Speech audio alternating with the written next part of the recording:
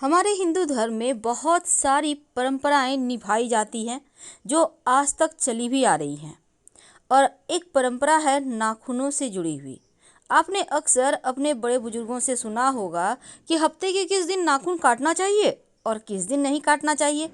लेकिन क्या आपको पता है कि नाखून से जुड़े हुए कुछ विशेष टोटके भी होते हैं? तो आज हम तमाम बातों को विस्तार से बताएंगे। देखिए, मंगलवार, गुरुवार, शनिवार ये 3 दिन नाखून भूलकर भी ना काटें।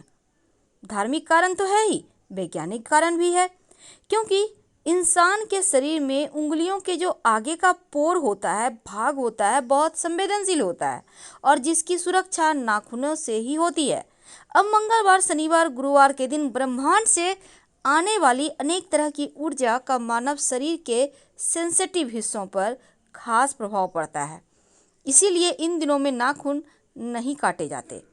वैसे तो नाखूनों का संबंध अगर ग्रह से हम जोड़ के देखें तो मंगलवार मंगल देवता का दिन है। अब मनुष्य के खून से है मंगल का संबंध, और गुरुवार का दिन बृहस्पति से है जिनका संबंध बुद्धि से है, और शनिदेव जो शनिवार का संबंध है वो स्किन से है।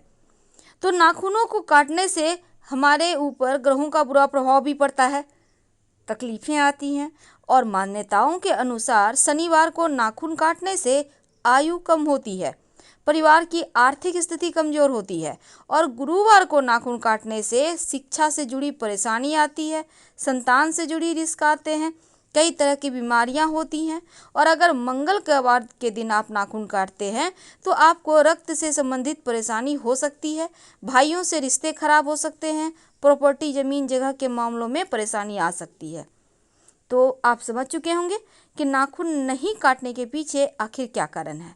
लेकिन कई बार आप नाखून काट कर यहाँ वहाँ फेंक देते हैं। क्या आपको पता है ये आदत आपको बड़ी मुसीबत में भी डाल सकता है, क्योंकि जिंदगी को किसी भी बड़े खतरे में डालने के लिए ये काफ़ी है कि अपने आप नाखून काट कर कहीं फेंक दें। अक्सर देखा होगा लोग नेल कटर से नाखून काटते हैं, कैंची से काट लिया और उठाकर साइड झाड़ के हट गए वहाँ से।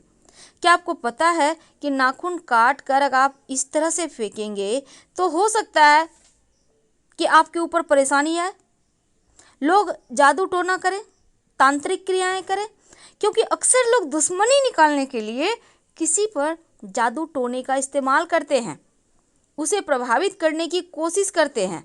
ऐसे में आपके नाखूनों का इस्तेमाल हो सकता है। इसलिए नाखून को एकत्रित कर उस पर काला जादू करके इंसान को नुकसान भी पहुंचाया जाता है काला जादू में। तो आप नाखून काट कर बाहर भूल कर भी ऐसे वैसे मत फेंकिए, और रात के समय तो भूल कर भी नाखून नहीं काटना चाहिए, नहीं तो आप मुसीबत में पड़ सकते हैं। वैसे तो नाखून खुद आप काट सकते हैं, कोई दिक्कत नहीं है, लेकिन घर के अंदर बैठकर भी नाखून नहीं काटे जाते। इससे लक्ष्मी आपसे दूर जा सकती है। खासकर अगर आप बेडरूम में बैठकर नाखून काटते हैं तो धन की मुश्किलें आएंगी, रिश्तों की समस्या होगी। नाखून काटते समय इस बात का ध्यान रखें कि कभी भी बाथरूम में भी ना काटें, ये भी सही नहीं होता।